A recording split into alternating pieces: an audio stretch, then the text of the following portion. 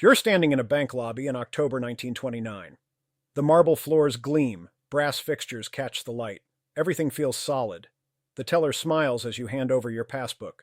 But outside, beyond those heavy oak doors, something is breaking. Not loudly, not all at once. Just a quiet unraveling that will devour everything you thought was permanent. Within 3 years, 1 in 4 Americans will have no job. Within 4 years, 11,000 banks will close their doors forever. Families will burn furniture to stay warm. Farmers will slaughter livestock they cannot afford to feed and let the meat rot because selling it would cost more than the animals are worth. Children will stand in bread lines with their parents, learning that hunger is not a moral failure but a national condition. This is not a story about stocks. This is a story about what happens when an entire civilization realizes, all at once, that the ground beneath them was never solid. The 1920s roared. That was the word everyone used. Roaring, as if prosperity made noise, as if you could hear wealth accumulating.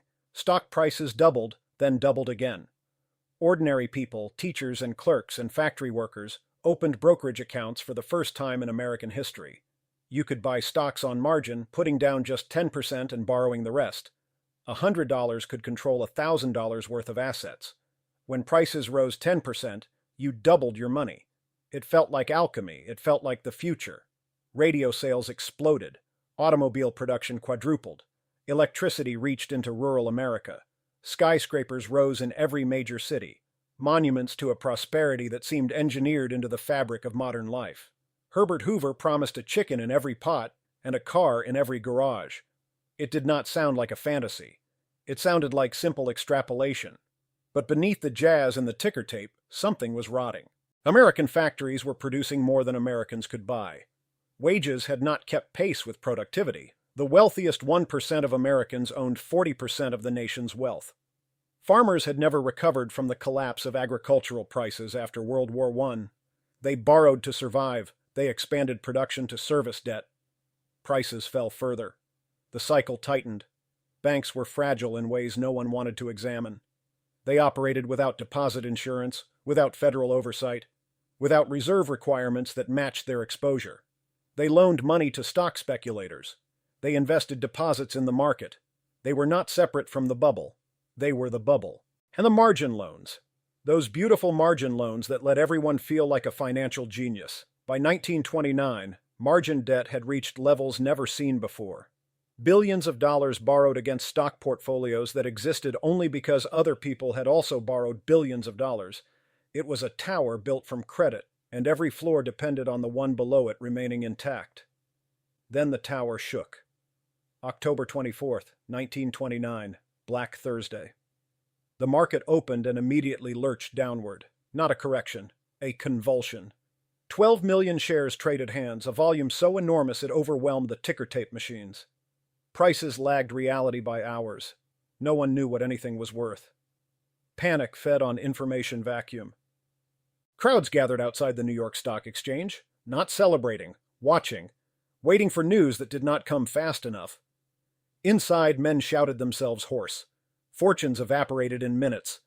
Margin calls went out by the thousands. If you bought on margin and prices fell, you had to deposit more cash immediately or your shares would be sold. But everyone received margin calls simultaneously. No one had cash. Everyone was selling. A group of powerful bankers met at midday. J.P. Morgan's men. They pooled money and started buying, trying to stabilize prices through sheer force of capital. It worked for a few hours. The market recovered some losses. People exhaled. Perhaps this was just a spasm. Perhaps the machine would right itself. It did not. October 28th, Black Monday. The market collapsed again, worse than Thursday. October 29th, Black Tuesday. The bottom fell out. 16 million shares traded. Prices disintegrated. The industrial average lost 12% in a single day. Fortunes that had taken a decade to build vanished in hours. Men who had been millionaires at breakfast were bankrupt by dinner. But this was still just numbers, just abstractions on a ticker. The real collapse had not yet begun. When the market fell, margin loans turned toxic. Investors could not pay.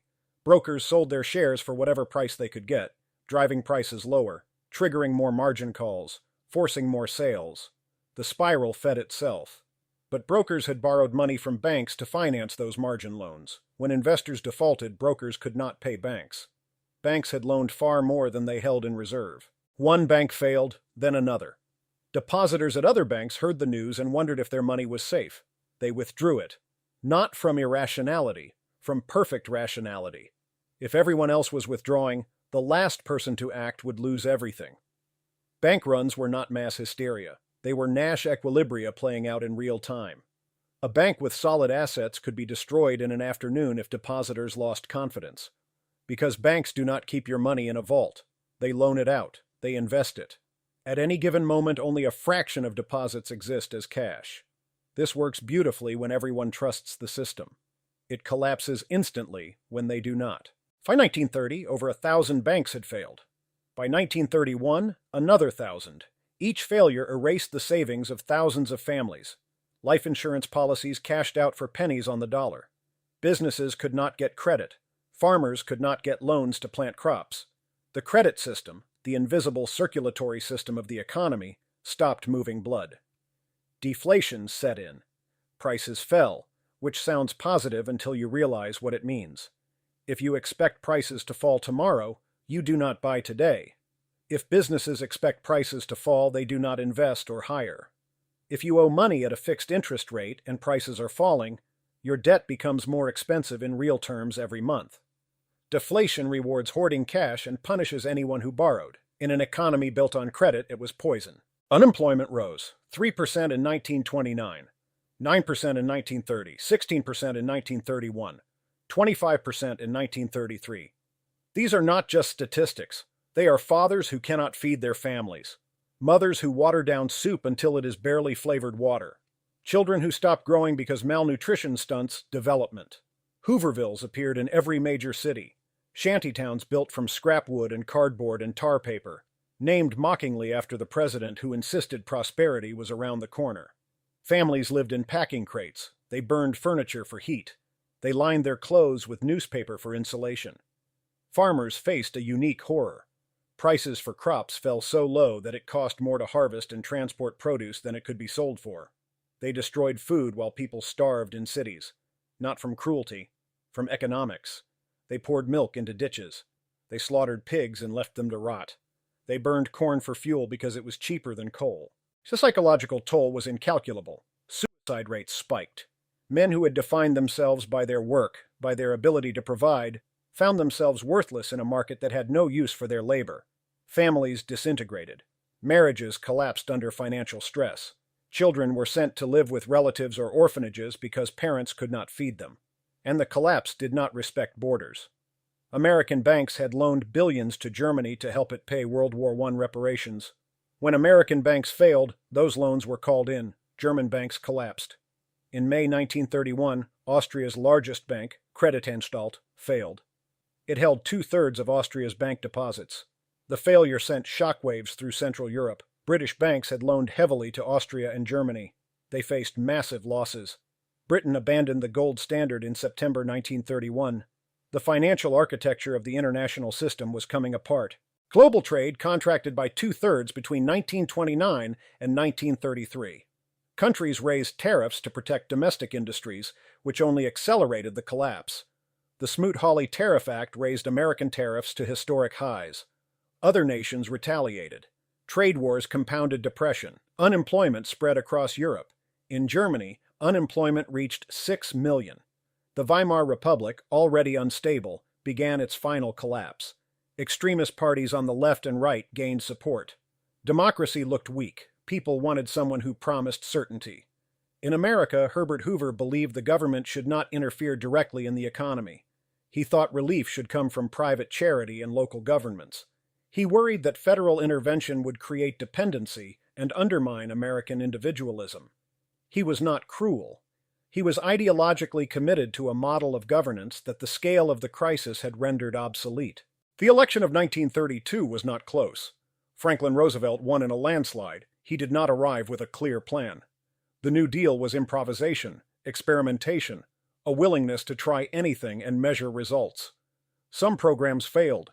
Some succeeded. Some were struck down by the Supreme Court, but the psychological effect was immediate. The government was acting. Someone was taking responsibility. The bank holiday in March 1933 closed every bank in the country for 4 days. It sounds authoritarian. It was necessary. Banks were inspected. Weak ones were closed. Strong ones were recapitalized. When banks reopened, deposits flowed back in. Not because the fundamentals had changed overnight. Because Roosevelt went on the radio and explained what was happening in plain language. He restored confidence by refusing to pretend everything was fine and by showing a plan. The Federal Deposit Insurance Corporation was created. Your bank deposits were now backed by the federal government up to a certain amount. Bank runs became irrational. If your money was guaranteed, there was no reason to withdraw it in panic. The single policy change eliminated a failure mode that had destroyed economies for centuries. Public works programs put millions back to work. The Civilian Conservation Corps, the Works Progress Administration. They built roads, bridges, dams, schools, post offices. The projects themselves mattered less than the paychecks. Money flowed back into communities. People bought food, paid rent, purchased goods. Demand rose. Factories rehired workers. The deflationary spiral reversed. Social Security created a safety net for the elderly. Unemployment insurance cushioned job loss. Labor laws guaranteed the right to organize. Minimum wage laws set a floor on pay. These were not socialist measures. They were systemic stabilizers. They reduced the likelihood that another shock would cascade into total collapse, but recovery was slow. Unemployment remained high through the 1930s. It took World War II and the massive industrial mobilization it required to finally pull America out of depression. 16 million men and women entered military service.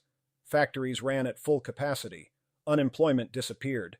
The depression ended not from policy alone, but from a geopolitical catastrophe that required total economic commitment. What did we learn? We learned that confidence is the invisible foundation of every economic system. Money is trust, made tangible. Banks are trust warehouses. Stock markets are trust exchanges. When trust evaporates, everything built on it collapses regardless of underlying fundamentals. We learned that markets do not self-correct when fear takes over.